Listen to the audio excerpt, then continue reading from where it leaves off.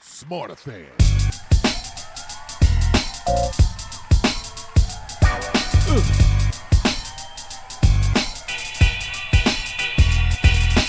Smarterfan.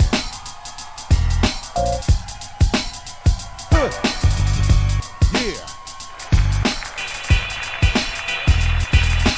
Smarterfan. Hey, Smarterfan. Welcome to another segment of Smarterfan Podcast, where we bring you behind the veil of sports, business, and life. I'm Joe, and this is Barry. How you doing, Barry?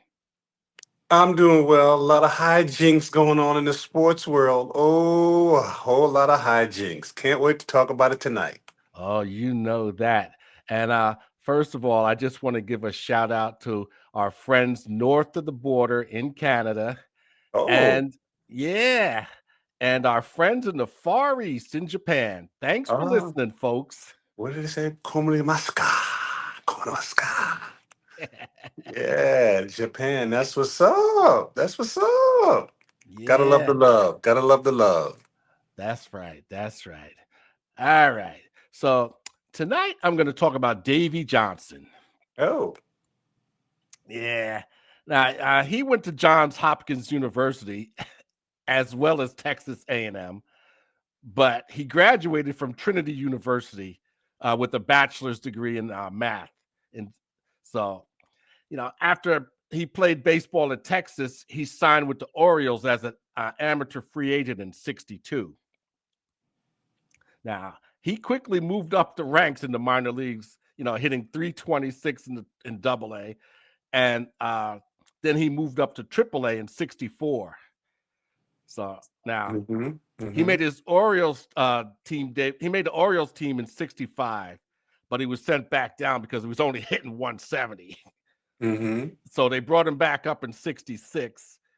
And he finished third in the American League Rookie of the Year balloting. And he became a full-time starter, averaging 142 games per season, Mm. which is a lot these days. He went to the World Series in '66, '69, '70, and '71 with the Orioles, winning in '66 and '70. Mm. So, in '73, he went to the Braves, and he hit 43 home runs, which set a record for a second baseman in a single season. Mm. Now, and he finished the season one behind Willie Stargell for the league lead. Now, along with him, Darrell Evans hit 41 and Hank Aaron hit 40. And that made the Braves the first team to have three teammates to hit 40 home runs each in the same season. Oh, wow. Yeah. So he did a stint in Japan after the Braves released him in '75. And he played for the Phillies, and he became the first player to hit 2 grand slams as a pinch hitter in a season in '78. Wow. So he was balling. And then he was dealt to the Cubs, and then after 24 games, he retired from there. Mm. And then he briefly managed in the AAA Inter-America League before it folded. Mm-hmm. And then in '81, he managed the Mets AA team, Jackson Mets, for a season. And in '83, he managed the AAA Tidewater Tides for the Mets. And Mm-hmm. he led them to a 71 and 68 record. And I guess that warranted them making him the manager of the Mets in '84. Mm. Now, he led them to their second World Series since Gil Hodges in '69.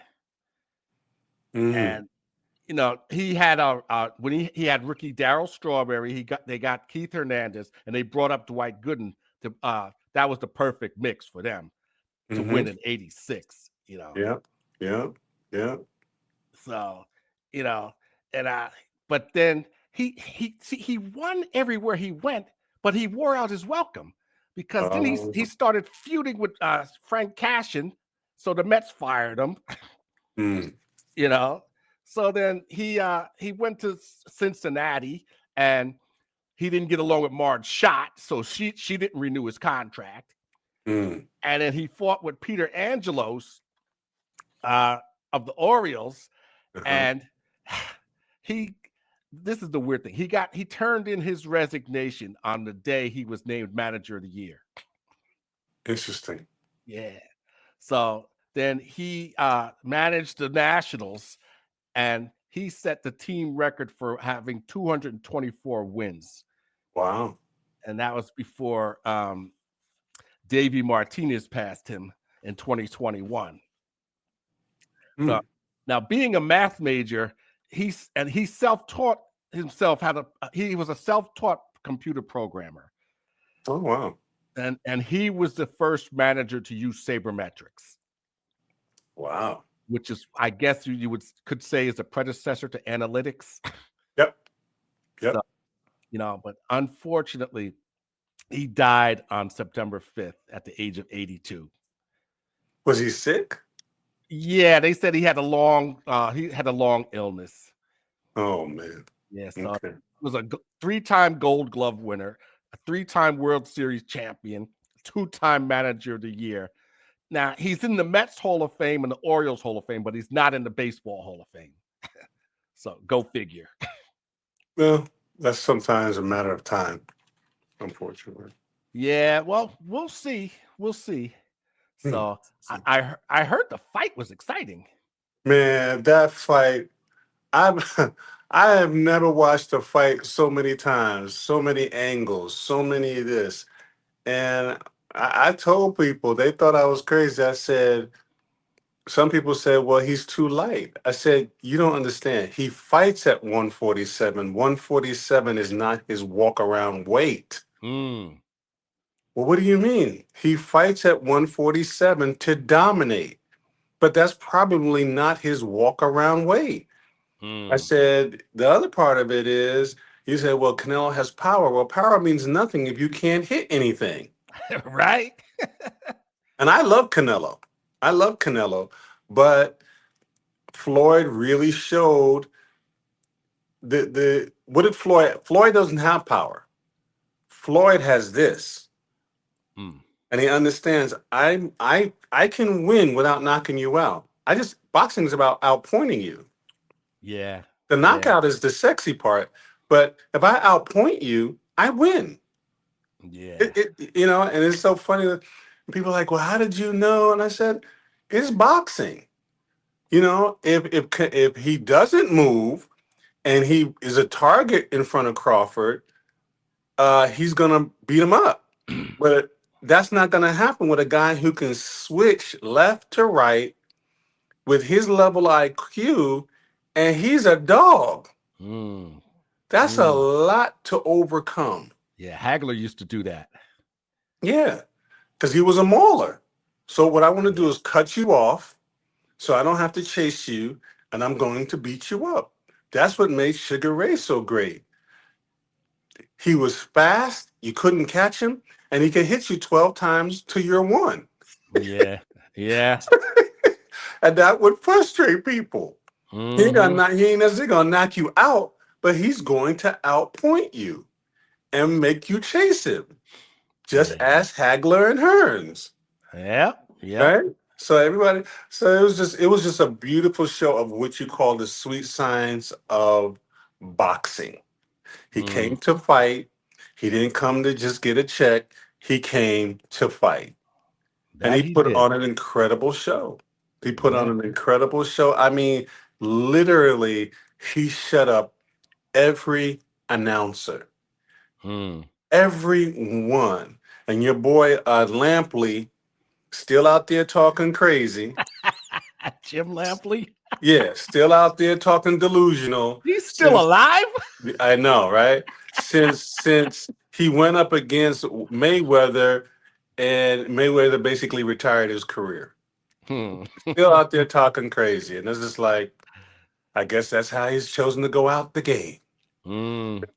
And so I'm just happy for Bud, because I've always felt, ever since Bud got into the game, he never got real love from his promoter. The dude was winning. You put him anybody in, he's not running from nobody. You put him in the ring, he beats him up. Yeah. But he just never really got that love. So I'm just really, really glad he got that love. and got all them belts. And I told people, I said, you look at you know who's got the edge when they're face to face. Bud is a psychologist. He's a psychologist, and he you could tell if you go back and look, he was looking through Canelo. He Mm. wasn't looking at Canelo, Hmm. letting him know, I'm going to be here. And you and I know how this game works. You throw, but understand something else is coming back, Mm-hmm. you know? Mm-hmm. And so just a beautiful, beautiful fight. So gracious, so just Bud's on another level. I just love how he's got very Midwestern idealism, you know? Yeah. You know, he lives in Omaha. He can live anywhere. But he's like, I'm home. This is where I Mhm. live. This is how I live. Live by my pace. My this is how I do. And Yeah. it's just beautiful to see. I don't need all the cars. I don't need all the flash. I don't need all of that. I just need what matters. And he just beat people up. Yeah. Yeah. It's like So Reuben Hurricane Carter used to say, it's my work and I do it for pay. yeah, yeah. So I'm just glad to see Bud get his long overdue credit. And he's top five in my book all Mhm. time. He's top five. He's there with Sugar. He's there with Ali. He's there. Mhm. No Yeah. one has ever done what he's done. But it was a beautiful thing to see. I'm sure it Beautiful, was. I'm sure it beautiful thing. was. What you got going on? What you got going? All right. The NFL week 2. Oh Lord have mercy. There were 3 games that stood out for me. What you got? Okay. What The you got? Cowboys Giants game. Yeah, that was interesting. I mean, with all the field goals and the touchdowns and the penalties. I mean, I mean, I don't know why the Cowboys stayed in that zone because Russell was torching them. I mean, torching them. I mean, Dak didn't do too bad himself. He threw for 361 yards, Yeah. you Yeah. know, but it took a field goal in overtime for the Cowboys to pull it out because nobody was playing D. I've never seen the defense. I just never seen defense like this. This I've never seen defense so porous in all my life. I mean, I'm watching that Hail Mary that Russell threw, and I'm looking at the safety, and I was like, bro, you can clearly see he's loading up.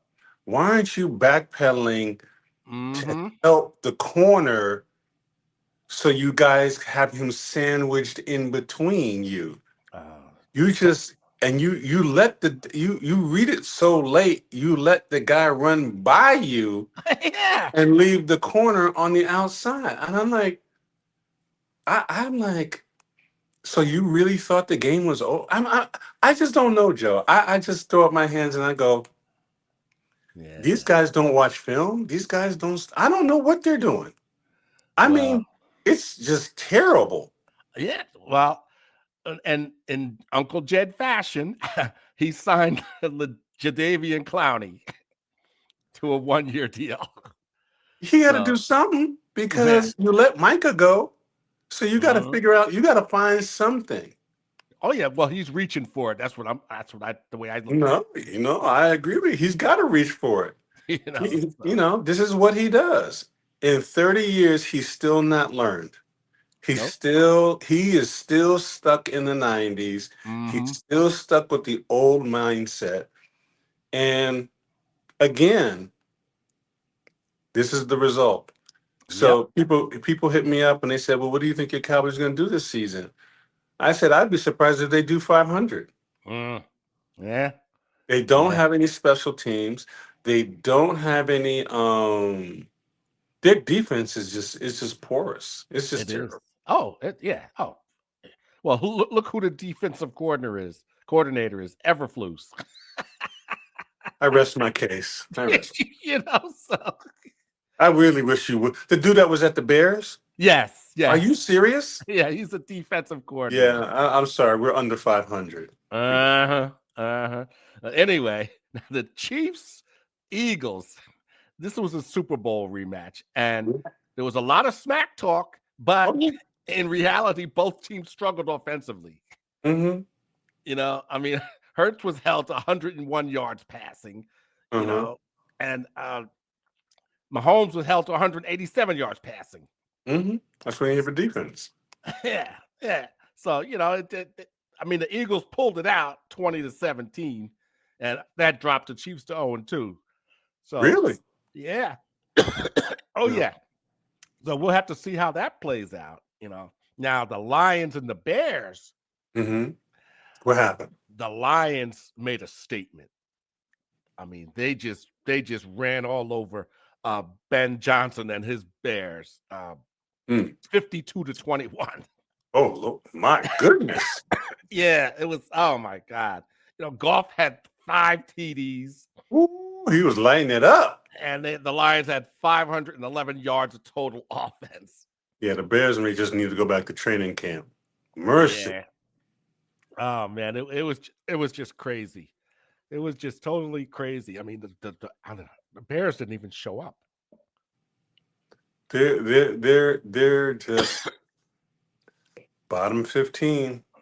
Mm-hmm. They just can't seem to shake it. They just can't seem to shake it. Yeah. I predict within 2 to 3 years that family sells the franchise. I don't think they're able to. I think it's outgrown the family, the house. I think it's just outgrown. They're just not able to. Yeah. Yeah. Well, speaking of that, Shedeur and Shiloh. Mm-hmm. What's going on with them? Well, I'm just praying that somehow, some miracle that, I wish Kenny Pickett would have stayed and they would have traded Shiloh, but that wouldn't have worked for the Raiders because they got Geno in place. You know what I mean? But I just pray that he finds. It's just, to me, I look at this as this is the bottom 15 franchise. Is that's what it is. They're never going to be. They're just never going to be good. And it doesn't matter what you give them. They just can't get out of their own way. They have a bunch of incompetent people, unfortunately, in the wrong position, and they just have average people. Let's just put it that way. Yeah. They have average people. So no matter what level of talent you have, it always goes back down to your average. And that's what you have. Like, really, you're gonna bet. Okay. And that's why I'm like, I really hope Shedeur don't play till about the 5th or 6th game. I really don't want him to play at all because I don't want him to get hurt. So, go with Dylan, go with Flacco, and ride him till the wheels fall off. Yeah. I have no problem with that. Right? Now, what happened with Shiloh? Well, I don't know. I'm still trying to find out if he's on a practice squad or where he's at, or what options is he exercising, But again, the NFL. This is what you call this is the classic business model when you've been doing business a particular way, and the winds of change have blowing in a different direction, and you're trying to hold on to the old way of doing things.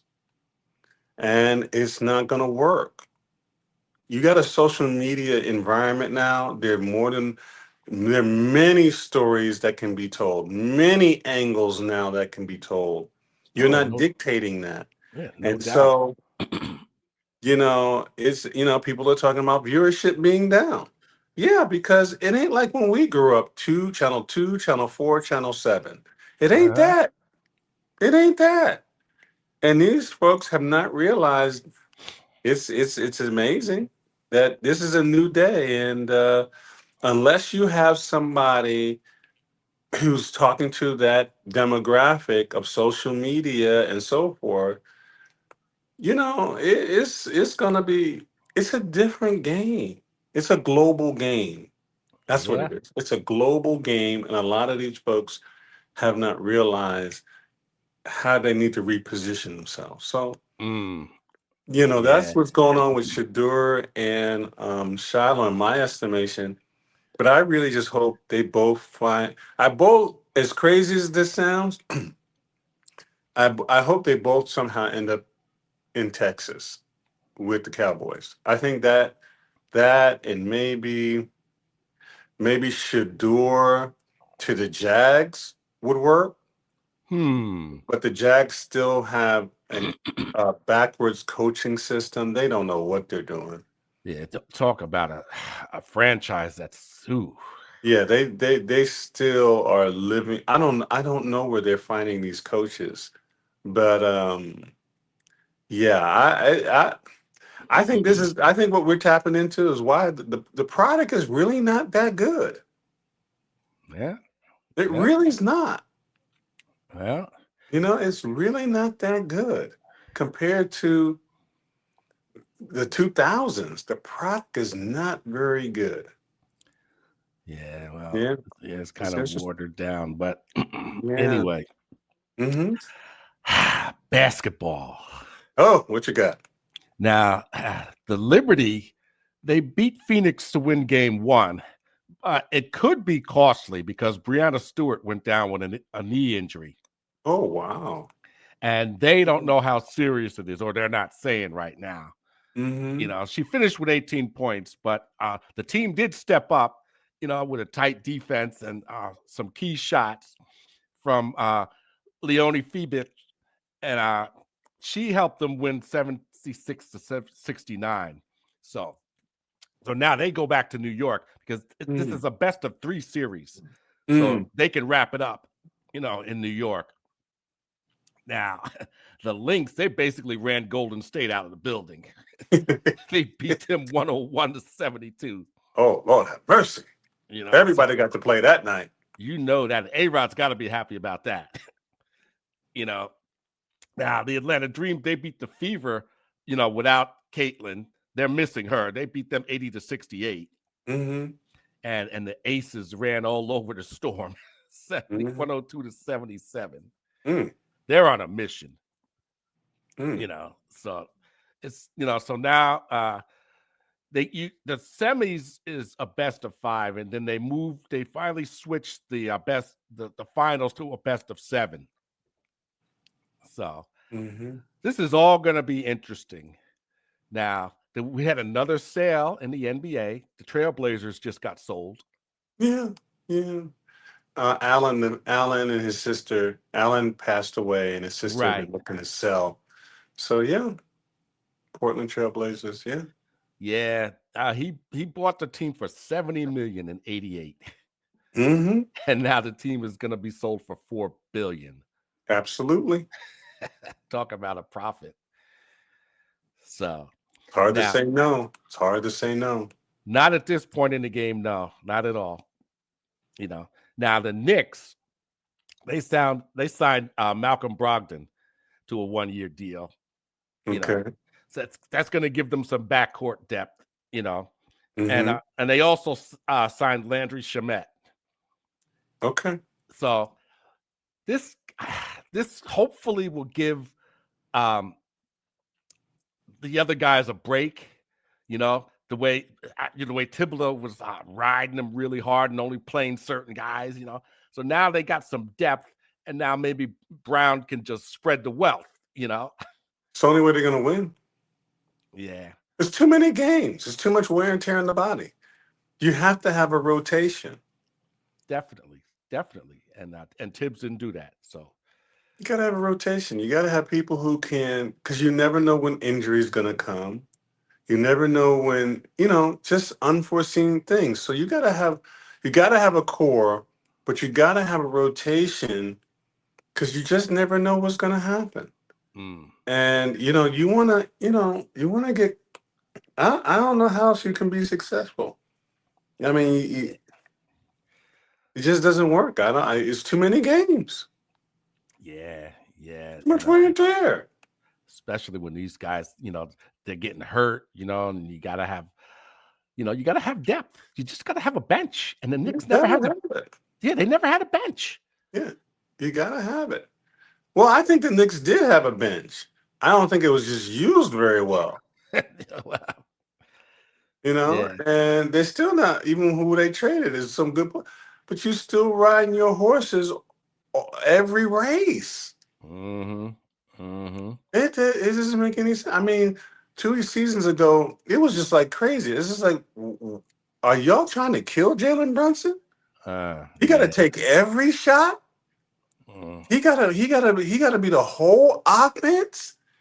He can't pass the ball. Well, we'll pick that up next week. I don't know, brother. Joe, woo! Listen, let me say this. Listen, I want to just send a shout out to our folks in Italy. Please send us some wonderful pasta. Thank you for watching our show. Lithuania, man, we go all the way. I think that's in Eastern Europe. Yes, it is. Appreciate our people in Lithuania. They have good basketball out there too.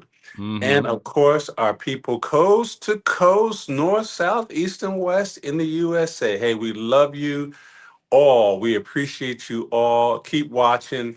And we have some sponsors lining up. So you're gonna start seeing going across the ticket, our sponsors and so forth. So things are happening here at Smarterfan Podcast. So stay tuned. Joe, as we always say, Stay in the game. stay in the game. See you folks next week. All right. Good Good night, all. Smarterfan.